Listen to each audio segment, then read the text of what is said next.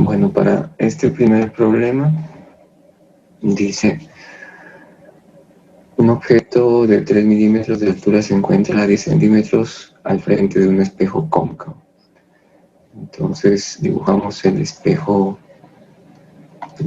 cóncavo.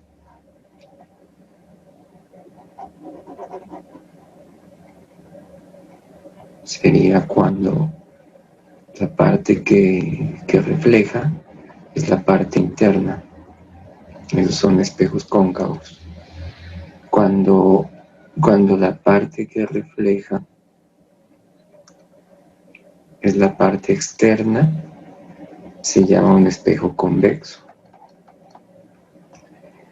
Y como les decía, si lo que refleja es la parte interna, se llama un espejo cóncavo.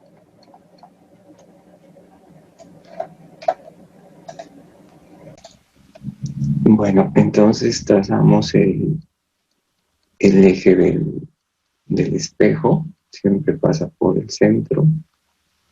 Entonces trazamos una línea recta.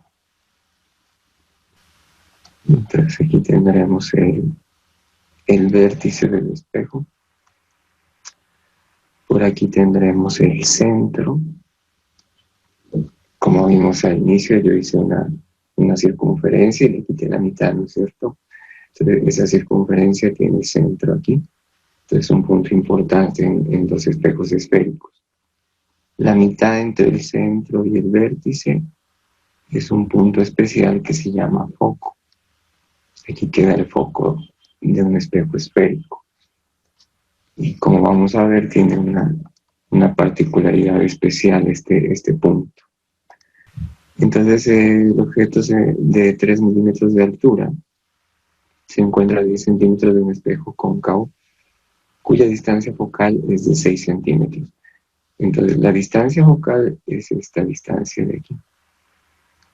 Entonces a eso la llamamos F, 6 centímetros. Y ahora sí podemos ubicar el objeto que está a 10 centímetros. Entonces, bueno, ya sabemos que si este es 6, pues el centro estará ubicado a 12, ¿no es cierto? Porque es la mitad. Así que el objeto estará ubicado más o menos por aquí, ¿no? Vamos a hacer ahí una aproximación de un objeto. Entonces, esta ubicación del objeto la vamos a llamar DO, la voy a escribir por acá. Distancia del objeto, 10 centímetros. Entonces es la distancia que tiene desde el objeto hasta el vértice, ¿no? Esos son los 10 centímetros. Y listo. Bueno, lo voy a dibujar un poquito más alto para que podamos observar las líneas. El tamaño del objeto, la altura del objeto es de 3 milímetros. Mira. Entonces es la altura que tiene este objeto. Entonces le llamamos simplemente O. O es el tamaño del objeto. Entonces van a ser 3 milímetros. Listo. Dice, realice el gráfico de la situación. El gráfico es lo que estamos haciendo, ¿no? La idea es que los rayos de luz se propagan en línea recta, ¿no? La luz se propaga en línea recta, por esa razón hay sombras. Esa es la razón de que proyectemos sombras. Si no se proyectara en línea recta, la luz no habría sombras, por ejemplo, ¿no? Entonces, la idea es que en un espejo nosotros analizamos algunos rayos que puedan formar, que nos ayuden a ver cómo se forma la imagen. Por ejemplo, aquí trazamos un rayo desde el extremo superior, un rayo que refleja este objeto, paralelo al eje del espejo. Entonces choca en el espejo y ese rayo se refleja siempre pasando por el foco hacia el infinito, ¿no? Ahí sigue el rayo. Entonces ahí tenemos el primer rayo. En la guía lo pueden encontrar, ¿no? Ahí están los tipos de rayo que nosotros podemos encontrar en la formación de imágenes. Otro rayo es aquel que pasa por el foco, ¿no? Rayo que pasa por el foco, choca en el espejo, y ese rayo se refleja paralelo al eje óptico, así. Listo. Entonces la imagen, nosotros la formamos o la encontramos en el cruce de los reflejos, en el cruce de los rayos reflejados, ¿no? Entonces la imagen se va a formar como por aquí, más o menos así.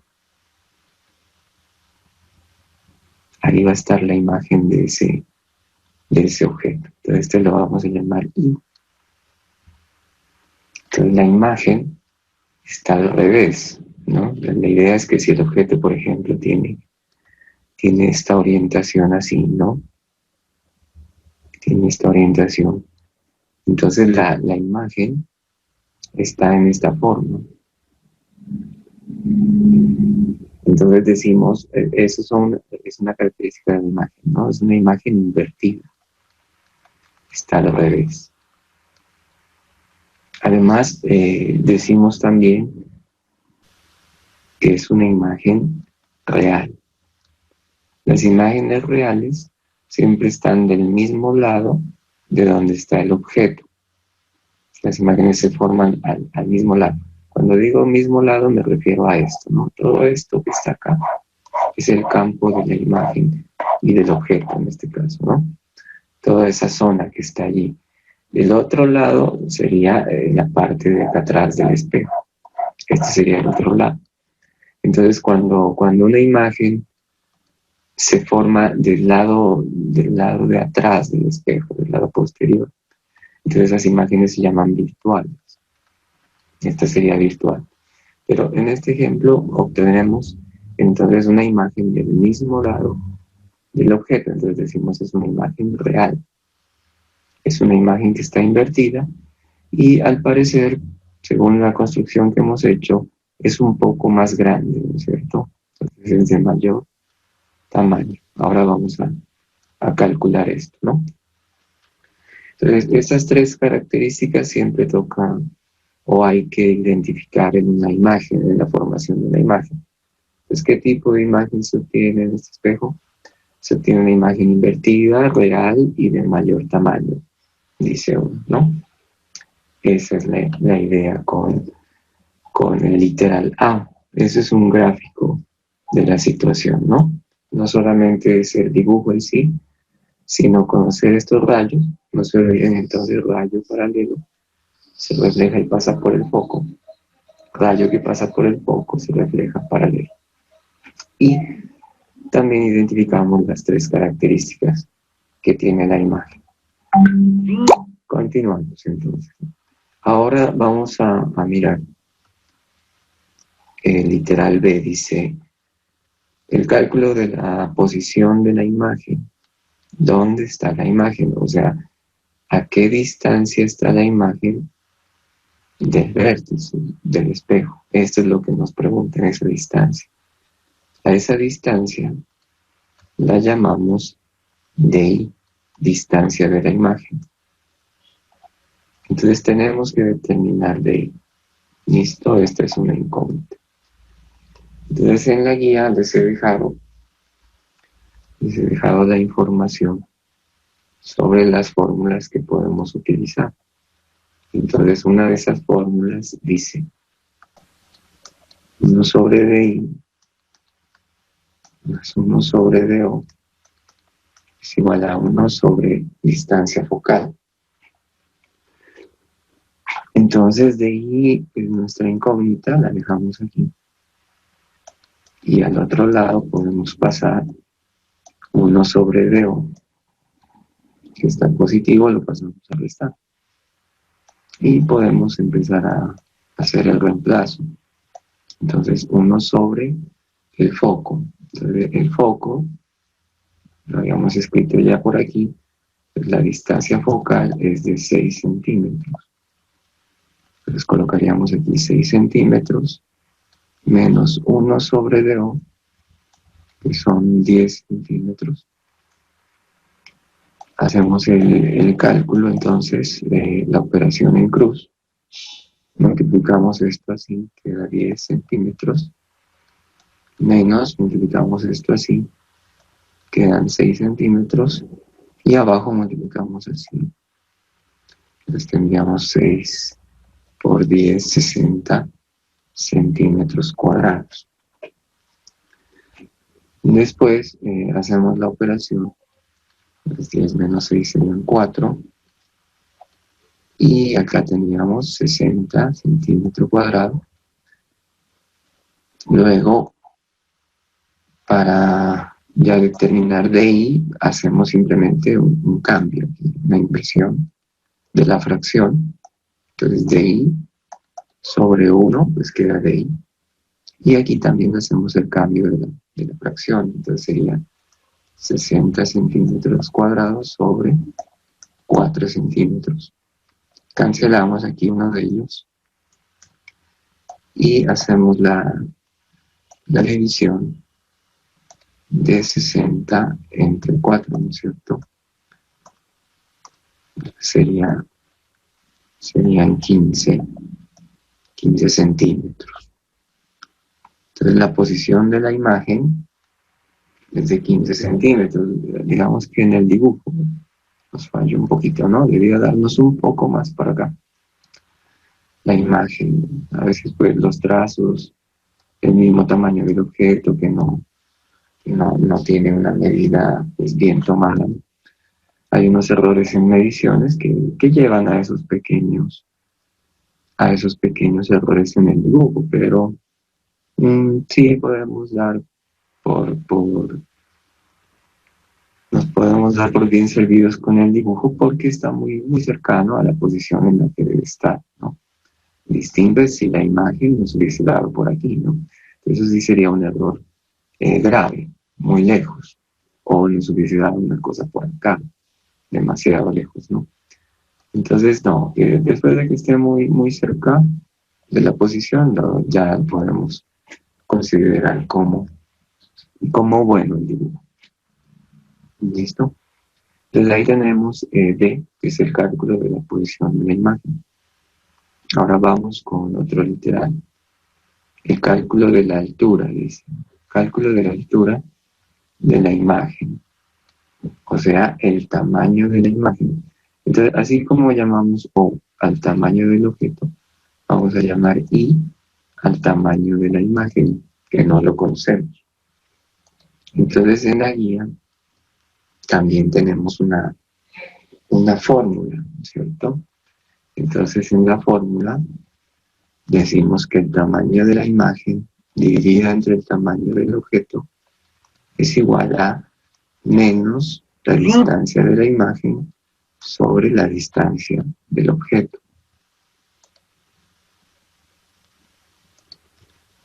Bueno, entonces, de aquí despejamos I, que es lo que necesitamos.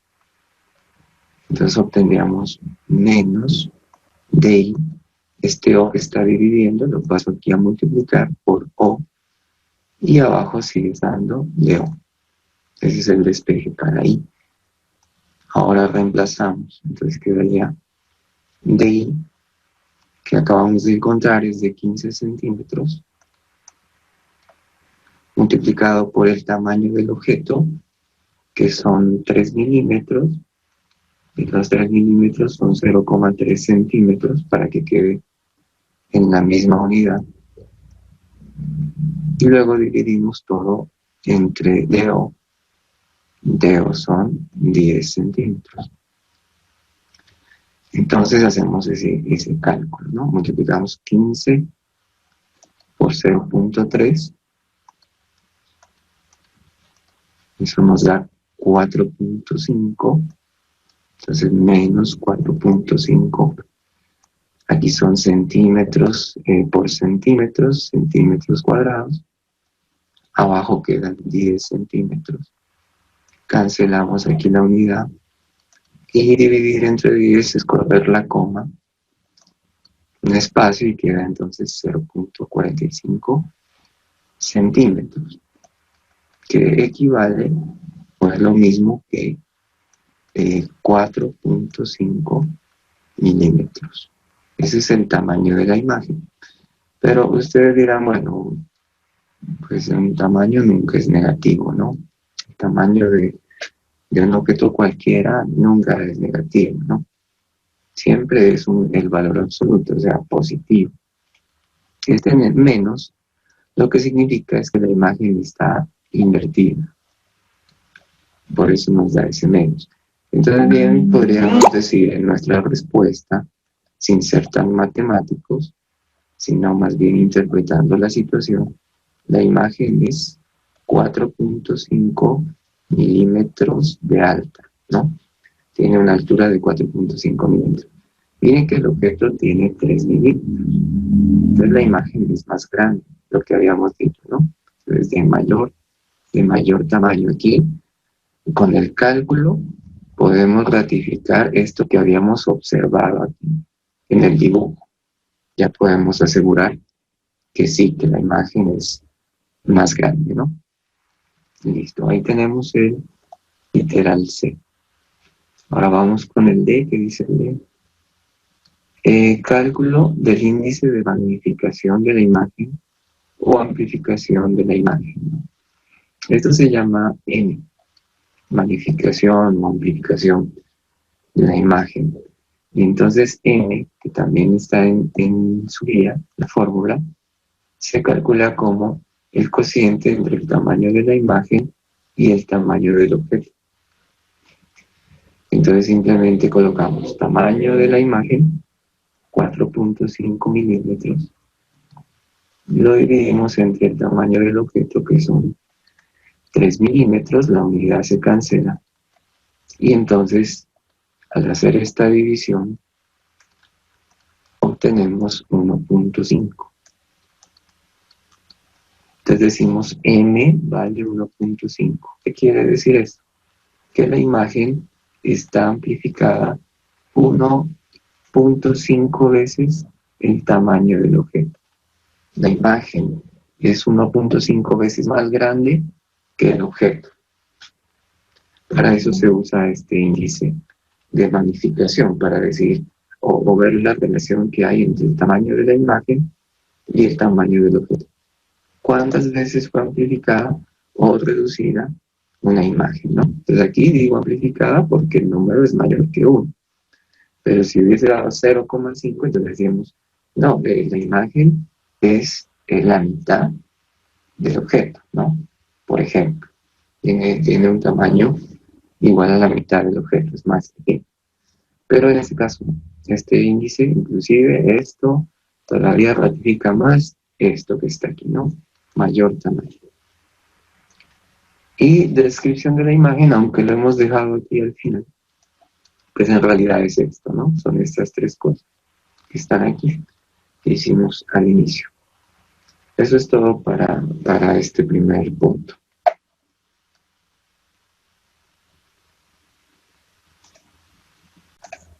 Bueno, para el punto 6, por ejemplo, es el otro caso, ¿no? En este caso ya es un espejo convexo. Entonces dice, un objeto se encuentra a 20 centímetros de un espejo convexo de distancia focal 15 centímetros. Entonces miren que ahora, bueno, este es el vértice del espejo. El centro quedaría como por aquí más o menos, ¿no? Y la distancia focal es la mitad entre el centro y el vértice. Entonces aquí está el foco, a 15 centímetros del vértice, ¿cierto? Así que el centro está a 30 centímetros. Entonces, si el centro está a 30 centímetros, pues esto sería el radio del espejo, ¿no es cierto? El radio de curvatura del espejo. Bueno, entonces tenemos hasta aquí estos datos. Ahora, el objeto se encuentra a 20 centímetros. Entonces, yéndonos para el otro lado, más o menos voy a tomar la misma distancia que es 15. Por aquí puede ser 30. Entonces, el objeto estaría como por aquí, ¿no? Por ahí estaría un objeto ubicado frente al espejo convexo. No se dibuja acá atrás, porque acá atrás esto sería cóncavo, ¿no es cierto? Pues convexo es esta parte que está aquí, ¿no? Esto es convexo. Entonces, por eso el objeto está aquí. Así que el dato que tenemos ahora es que esta distancia, que se llama DO, distancia del objeto, es de 20 centímetros. ¿Listo? Dice ahora, encuentre la ubicación de la imagen empleando un diagrama de rayos, que es lo que vamos a hacer aquí, lo que estamos haciendo, este dibujo, y con la ecuación del espejo. Entonces primero miremos cómo queda el dibujo. Entonces los rayos son similares a los que ya habíamos visto, son los mismos en los espejos cóncavos, ¿no? Entonces, el rayo paralelo al eje choca en el espejo. Ese rayo se refleja así, pero usted dirá, bueno, ¿en qué dirección lo coloco, no? ¿Cómo se refleja?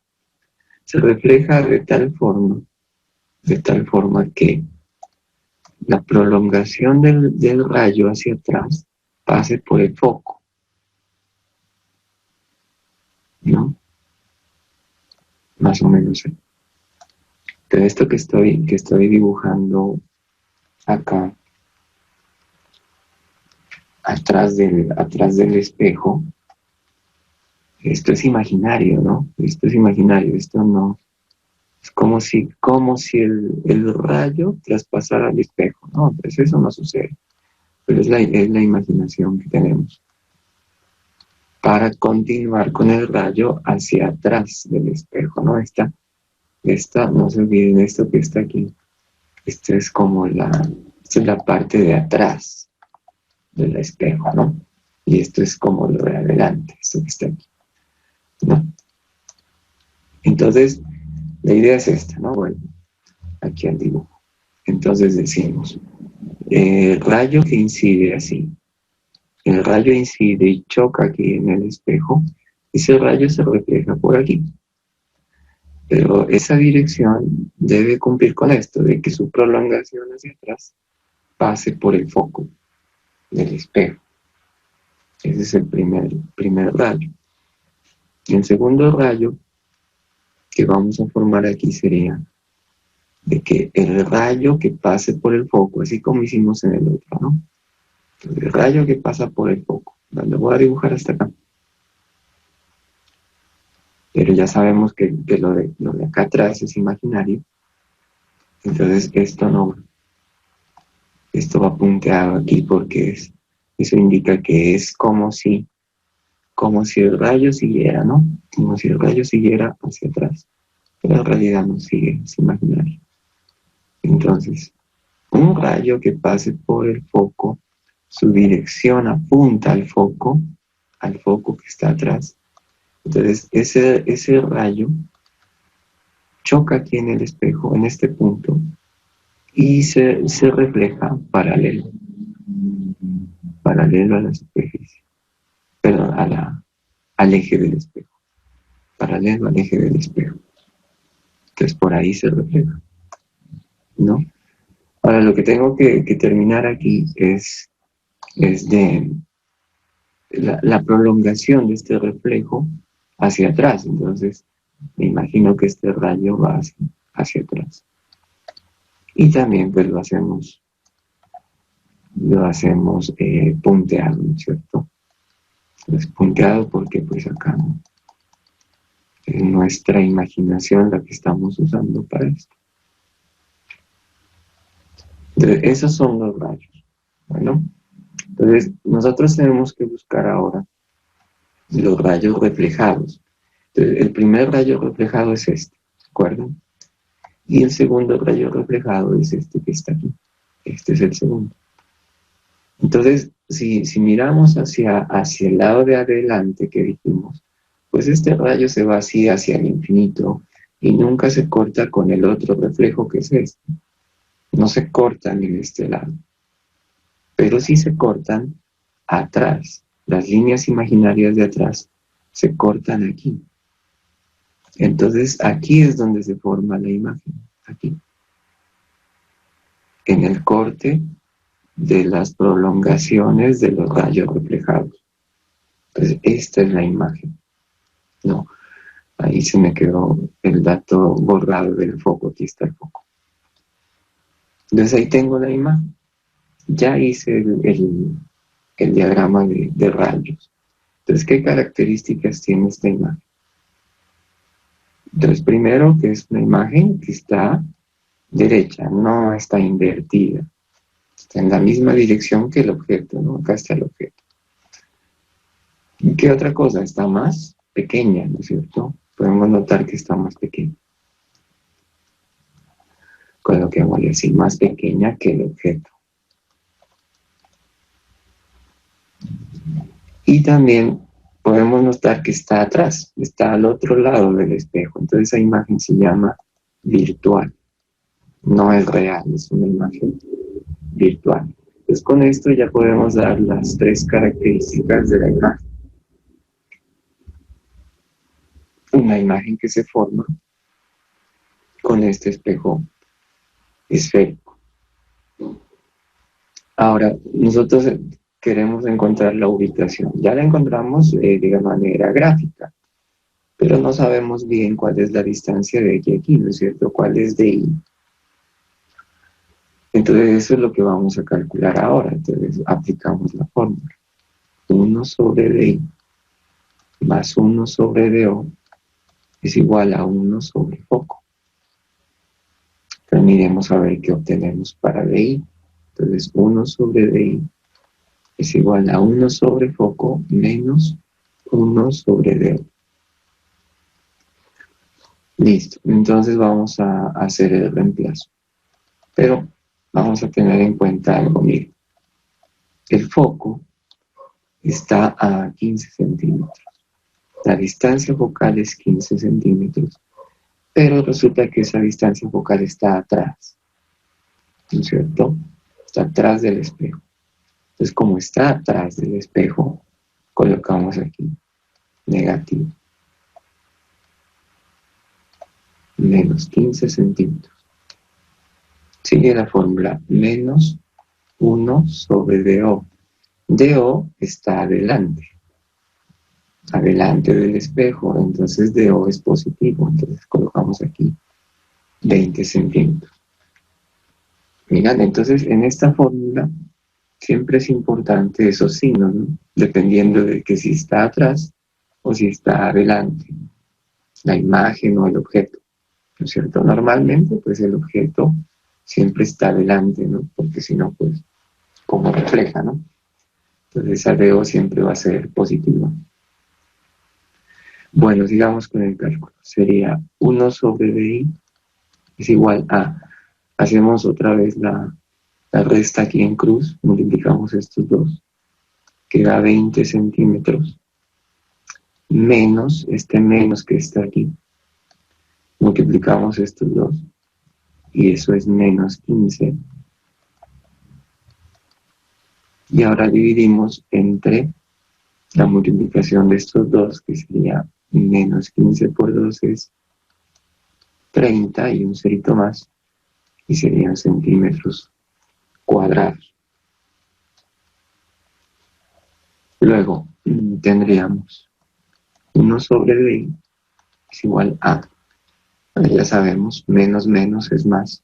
Entonces sumamos aquí 35 centímetros arriba y abajo sigue estando menos 300 centímetros cuadrados. Hacemos la inversión de ambas fracciones y obtenemos DI igual a menos 300 centímetros cuadrados dividido entre 35 centímetros.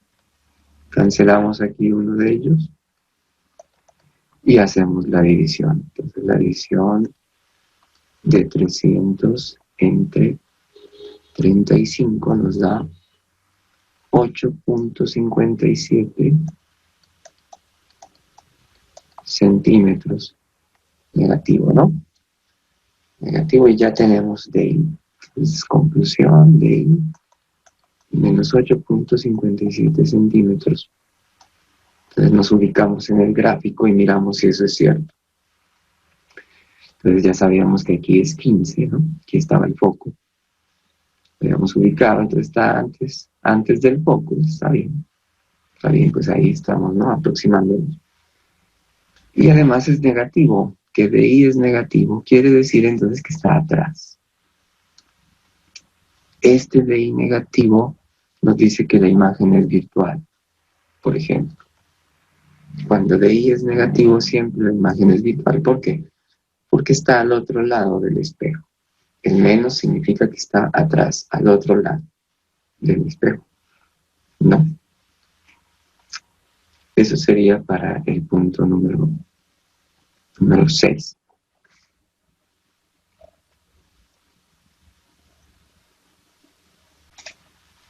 Bueno, para la segunda parte hablamos de refracción.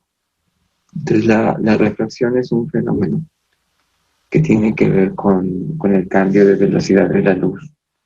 Cuando esta atraviesa un medio distinto, pues se sabe, por ejemplo, que la velocidad de la luz es de 300.000 kilómetros por segundo, ¿no es cierto? Bastante rápida. Es como el límite hasta ahora, ¿no? O el límite de velocidad, lo máximo que se puede viajar es lo de la luz. Bueno, el hombre todavía no puede viajar a esta velocidad. Entonces, la luz viaja a 300.000 kilómetros por segundo en el vacío.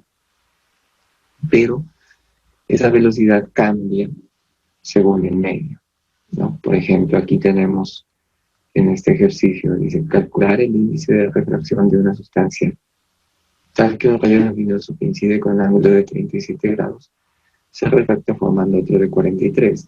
Entonces, cuando hablamos de refracción, estamos hablando de un cambio de medio. Suponga usted una piscina, ¿no es cierto? Entonces, tendríamos en esta parte de acá abajo, pues el agua, ¿no? Aquí, de la piscina. Este es un medio. Y acá arriba, por ejemplo, tendríamos el aire, ¿no? Entonces serían dos medios diferentes. Entonces, un rayo de luz se comporta distinto cuando pasa de un medio a otro. Entonces, el rayo como que se tuerce un poco, ¿no? Eso se puede ver, por ejemplo, cuando usted mira un vaso y le coloca ahí una cuchara, un pitillo, cualquier cosa. Entonces, uno no lo ve así, ¿no es cierto? Sino que esta imagen o esta parte que está sumergida cambia un poco de dirección, se lo ve como torcido, ¿no? Eso se llama refracción. Entonces, es ese efecto que se obtiene gracias a que la velocidad de la luz es diferente en los medios, ¿no? Entonces, la velocidad de la luz será una en el aire, será otra en el agua, será muy diferente. El cociente entre la velocidad de la luz y la velocidad de la luz en el vacío y la velocidad de la luz en otro medio se llama el índice de refracción. Eso es lo que dice aquí de índice de refracción, ¿no? Es como la división entre la velocidad de la luz en el vacío de 300.000 kilómetros por segundo y la velocidad de la luz en algún medio determinado, ¿no? De eso se trata.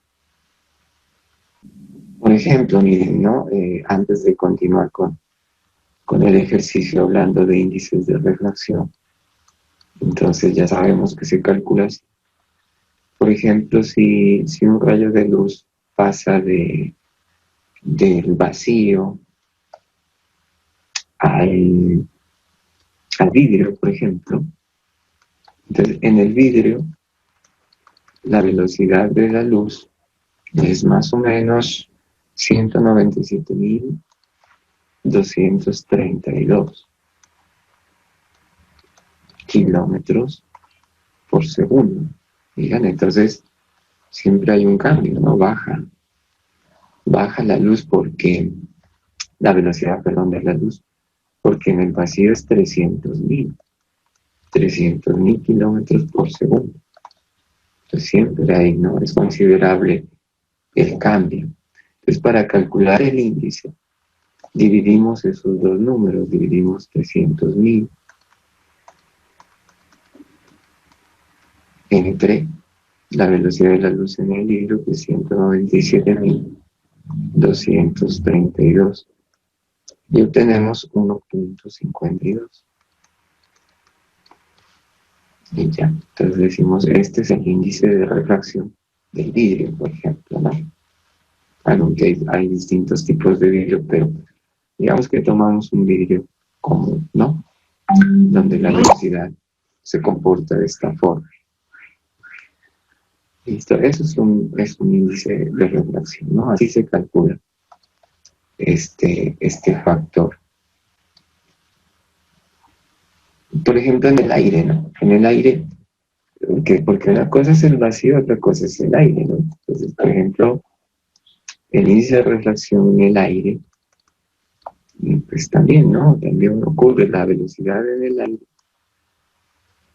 que nosotros siempre la tomamos como 300.000 kilómetros por segundo, pues la velocidad en el aire es de 299.705 kilómetros por segundo. Entonces hay una pequeña disminución. Entonces, si calculamos el índice de refracción, tendríamos que dividir 300.000 entre 299.705. Eso nos da 1.0009. Mira. Entonces, por eso es que en el aire tomamos prácticamente la misma velocidad de la luz, porque resulta que su índice de refracción es aproximadamente 1. Y entonces, al ser 1, es como si estos dos fueran iguales. Entonces, como la diferencia es muy poca, son 9-10 milésimas, entonces simplemente por eso trabajamos en nuestros ejercicios en el aire como si estuviéramos en el vacío, ¿no? Esa es la razón. Listo. Sigamos entonces ahora sí con nuestro ejercicio. Dice, calcule el índice de refracción de una sustancia tal que un rayo luminoso que incide con un ángulo de 37. Entonces vamos a dibujar ahí las dos superficies, ¿no? No sabemos, las dos sustancias no sabemos qué son, puede ser aire, puede ser agua, puede ser otra cosa, lo que sea, ¿no? No sabemos exactamente. Trazamos una línea de referencia, la línea normal, se llama, donde va a chocar uno de los rayos. Los rayos son infinitos, ¿no? Infinitos rayos de luz. Pero nosotros vamos a dibujar uno de ellos. Entonces, este rayo incidente, así, va a chocar aquí, en la superficie de separación, ¿no? Esta es la superficie de separación. Y lo va a hacer con un ángulo de 37 grados. Siempre el ángulo se mide con respecto a esta línea, ¿no? Entonces, este lo vamos a llamar el ángulo de incidencia. Aquí viene el rayo, va entrando el rayo así, va a chocar aquí y va a pasar al otro lado. Pero pasa al otro lado, se refracta, claro, porque cambia de medio, entonces se refracta formando un ángulo de 43. Entonces la abertura ya no sigue el rayo así derechito como venía, así no sigue, sino que llega y se abre un poquito así. Y obtenemos aquí entonces el rayo refractado. Entonces ese rayo, según nuestro ejercicio, tiene un ángulo de 43 grados. Entonces el rayo refractado, 43 grados. Esos son los datos que tenemos aquí. Entonces nos piden calcular el índice de refracción. Resulta que para eso hay una fórmula que se llama la ley de Snell. Entonces la ley de Snell plantea que el seno del ángulo de incidencia dividido entre el seno del ángulo de refracción es igual al índice de refracción del medio 2 sobre el índice de refracción del medio 1. Entonces, ¿cuál es el medio 2 y cuál es el medio 1 en su orden, no? El medio 1 es el medio donde está incidiendo el rayo. Y el medio 2 es el medio donde el rayo está siendo refractado. Entonces es importante tener en cuenta ese orden, ¿no? Porque yo hice el dibujo desde arriba, pero un rayo de luz podría salir desde aquí también, ¿no es cierto? Entonces ya veremos qué pasa cuando eso sucede. Entonces, con esta fórmula, poniendo que nuestro medio inicial es el aire, donde el índice de refracción es 1, ¿no? N del aire es 1. Entonces podríamos calcular cuál es el índice de refracción de esta sustancia. Y con eso, inclusive, como ya se han calculado muchos índices de refracción de muchas sustancias, ¿no? De todas, prácticamente. Entonces, sabiendo el índice de refracción, podemos saber qué sustancia es, por ejemplo, ¿no? Eso lo puede usar un investigador para determinar qué tipo de sustancia es con la que se está enfrentando, ¿no? Eso sería un método. Entonces, utilizamos esta ecuación para hacer el cálculo. Entonces, sería seno de 37 dividido entre seno de 43 es igual a N2, que es la incógnita, y N1, pues no lo voy a colocar porque como es 1, entonces dividir entre 1 nos da lo mismo. Entonces obtenemos simplemente esto. Hacemos el cálculo, entonces seno de 37, como no es ángulo notable, tendremos que usar la calculadora. Entonces seno de 37 es 0,6 aproximadamente. Y abajo, seno de 43, que es lo mismo, no es un ángulo notable, 0,68 aproximadamente. Y hacemos la división. Podemos usar las dos aproximaciones o si estamos usando directo la calculadora, pues dejamos todos los decimales que nos dé la calculadora para ser más preciso, ¿no es cierto? Entonces, esa operación, esa división, haciéndola con todos los decimales, nos da 0,88 aproximadamente. Y ahí obtenemos entonces nuestro índice de refracción de la sustancia que esté aquí. Entonces tendríamos que como que averiguar en alguna tabla donde estén calculados ya índices de refracción de varias sustancias y ver a cuál se aproxima, ¿no? A qué sustancia se aproxima el 0,88 para saber qué es lo que está aquí debajo del aire. ¿Listo?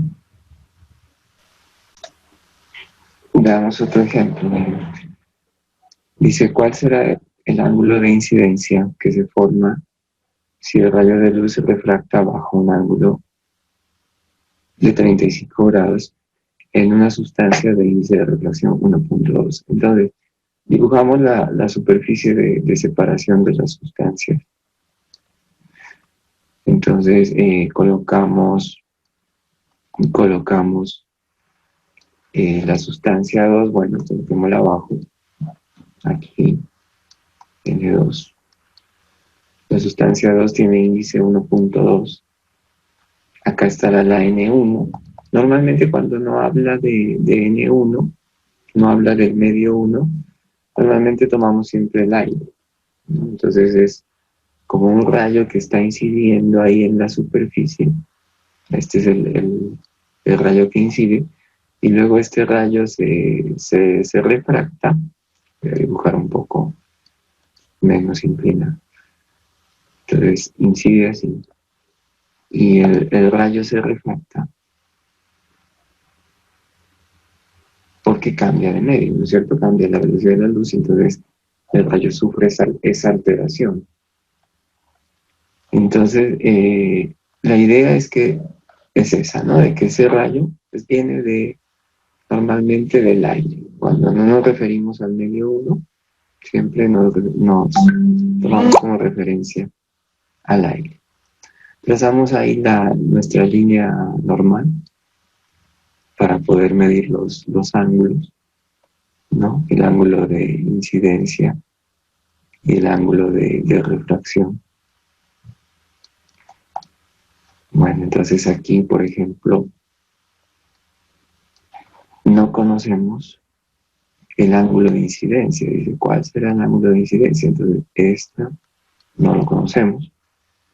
El de refracción sí lo conocemos, que es 35 grados. Y esos son los datos que tenemos. Utilizamos entonces la ley de Snell y tendríamos entonces que seno del ángulo de incidencia dividido entre el seno. El ángulo de refracción es N2 sobre N1. Seno de I no se conoce. Seno de R sería seno de 35. N2 que es 1.2 y N1 que es 1. Entonces despejamos seno de I, daría 1.2 multiplicado por el seno de 35. El seno de I entonces será igual a, hacemos ese cálculo, 35 seno, y ese valor de una vez lo multiplico por 1.2, nos da 0,688. Y luego para hallar I, utilizamos trigonometría y decimos es arcoseno de 0.688. Entonces en la calculadora, ¿no? Entonces, colocamos 0,68 y hacemos invertido seno, ¿no? Para tener seno a la menos 1. Y eso nos da 43.47 grados. Entonces ese sería el ángulo de incidencia. Para la última parte hablamos de lentes convergentes, lentes divergentes. También estamos hablando sobre refracción, es el mismo fenómeno. Entonces hay estos dos tipos de lentes, ¿no? Aunque ellos tienen varias formas, según los objetivos que se quieran, con los lentes, pero en general vamos a hablar de las características de ellos dos, ¿no? Entonces, un lente convergente, haga de cuenta usted una lupa. Una lupa es una lente convergente. Entonces, lo que sucede en esas lentes, aquí trazamos el eje óptico, es que todos los rayos que inciden paralelos, todos los rayos de luz que inciden paralelos al lente, ellos se refractan porque cambian de medio, ¿no? Esto es un vidrio. Cambian de medio y todos se refractan y pasan por el foco. Entonces todos estos rayos van a pasar por ahí, por el foco. Entonces eso se llama una lente convergente. Lo contrario es una lente divergente. Entonces las lentes divergentes tienen esta forma, ahí tiene su eje óptico. Entonces los rayos divergen, se abren los rayos, ¿no? Esa es la idea de las lentes divergentes. Esas lentes divergentes se les llama también lentes negativas. y las convergentes les llama lentes positivas. Bueno, miremos. Dice un objeto de 2 centímetros de altura, aquí lo tenemos, el tamaño del objeto, 2 centímetros. Está situado a 30 centímetros de una lente convergente. Entonces las lentes convergentes tienen la forma de una lupa. La particularidad de estas lentes es que los rayos que inciden sobre ella, los rayos paralelos, pues todos pasan por un mismo punto, que es el foco, de 20 centímetros de distancia focal. Entonces aquí tenemos en este punto, aquí tendríamos el foco.